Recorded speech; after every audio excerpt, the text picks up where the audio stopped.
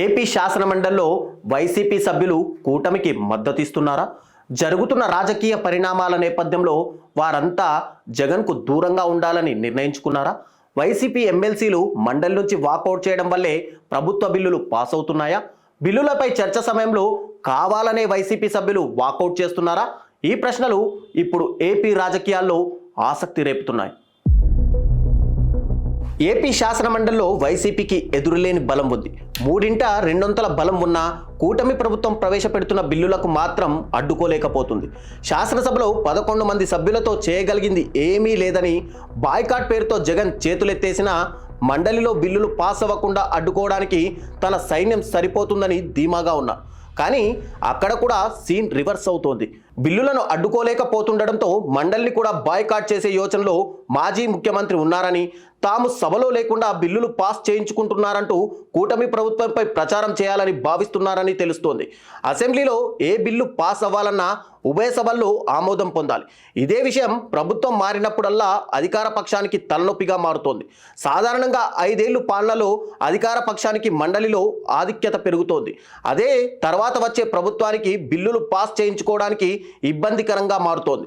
జగన్ అధికారంలో ఉన్నప్పుడు కూడా అదే పరిస్థితి ఎదుర్కొన్నారు. శాసనమండలిలో పాస్ అయిన 3 రాజధానుల బిల్లుకు మండలిలో టీడీపీ స్పీడ్ బ్రేకర్ వేసింది.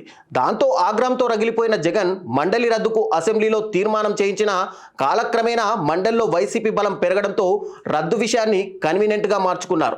ప్రస్తుతం మండలిలో మొత్తం 58 మంది సభ్యులుంటే అందులో 7 మంది నామినేటెడ్ నేతలతో కలిపి వైసీపీకి 39 ఉండగా టీడీపీ జనసేన కూటమికి 10 మంది మాత్రమే ఉన్నారు.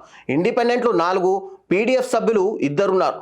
వారిలో అత్యధికులు తమకు నమ్మిన బంట్లే అని జగన్ భావిస్తూ ఆ ధీమాతోనే శాసనసభకు ముఖం చాటేసిన మండలికి మాత్రం తన టీంని పంపిస్తున్నారు.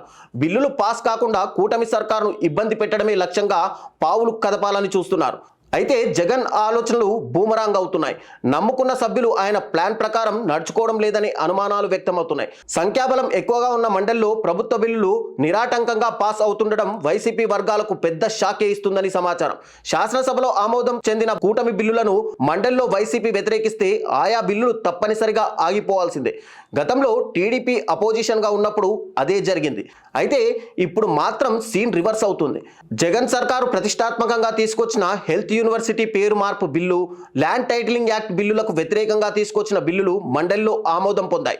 వైసీపీకి బలమున్న మండలిలో బిల్లులు ఆమోదం పొందుతుండడంతో రకరకాల అనుమానాలు వ్యక్తమవుతున్నాయి. వైసీపీ సభ్యులు కూటమికి మద్దతు ఇస్తున్నారా? వైసీపీ ఎమ్మెల్సీలు మండలిలో లేకపోవడంతో బిల్లులు పాస్ అవుతున్నాయా?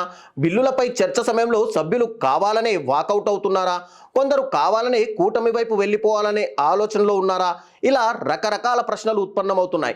ఈ పరిస్థితిని చూస్తున్న వైసీపీ అధ్యక్షుడు మండలిని కూడా బాయ్కాట్ చేయాలనే ఆలోచనలో ఉన్నారని గుసగుసలు వినిపిస్తున్నాయి. తాము సభలో లేని సమయంలో ప్రభుత్వం బిల్లులు పాస్ చేయించుకుందని ప్రచారం చేస్తూ ఆ సాకుతో మండలిని కూడా బాయ్కాట్ చేసే యోచనలో జగన్ ఉన్నారని రాజకీయ వర్గాల్లో చర్చ నడుస్తుంది. అదే గనక జరిగితే ఇక వైసీపీ పూర్తిగా చేతులెత్తేసినట్లే అవుతుందన్న అభిప్రాయం సొంత పార్టీ నేతల్లోనే వ్యక్తమవుతోంది.